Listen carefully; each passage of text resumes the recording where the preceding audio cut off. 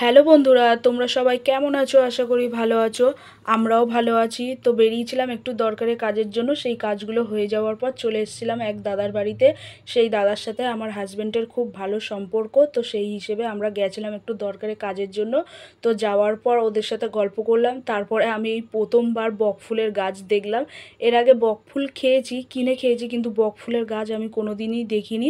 তো তো বাড়ি যাওয়ার আগে বলেছিল দাদাটা যে বৌমা আমাদের গাছ থেকে বকফুল পেড়ে নিয়ে যাবে। তো আমি বলেছিলাম ঠিক আছে, আর আমার হাজব্যান্ডের হাতে লাঠি দিয়ে দিয়েছিল, বললো বকফুলগুলো পার। তো পারতে গিয়ে ওদের গাছটাই ভেঙে ফেলেছে।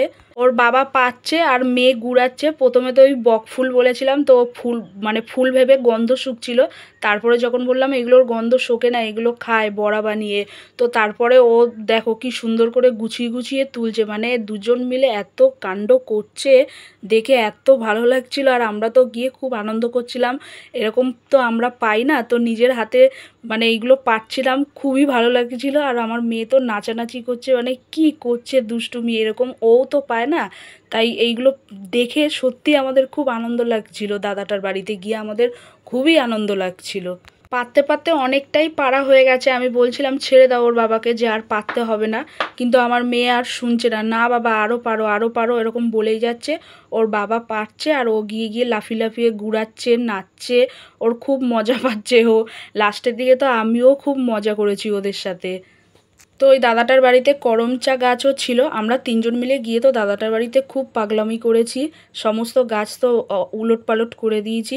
আর এখানটা দু রকমের গাছ ছিল করম চার, একটা কালো আর একটা লাল। লালটা তো আমরা সবসময় দেখি, কালোটা আমি এই প্রথম দেখলাম, এর আগে দেখিনি। কালোটা একটু টক আর মিষ্টি খেতে, ভালোই খেতে। আর এই করম চা এখন আর অতটা খেতে পারি না, আগে খুব খেতাম। আগে যখন স্কুলে পড়তাম এই করম চা যে কত চুরি করে নিয়ে গিয়ে স্কুলের টিফিন টাইমে খেতাম, মানে তার কোনো ঠিক নেই। তো আমরা বাড়িতে চলে এসেছি, এই যে কতগুলো ফুল হয়েছে। তো ভিডিওটা এই পর্যন্ত কেমন লাগলো অবশ্যই কমেন্ট করে জানিও। তো সবাইকে টাটা, সবাই ভালো থাকবেন, সুস্থ থাকবেন।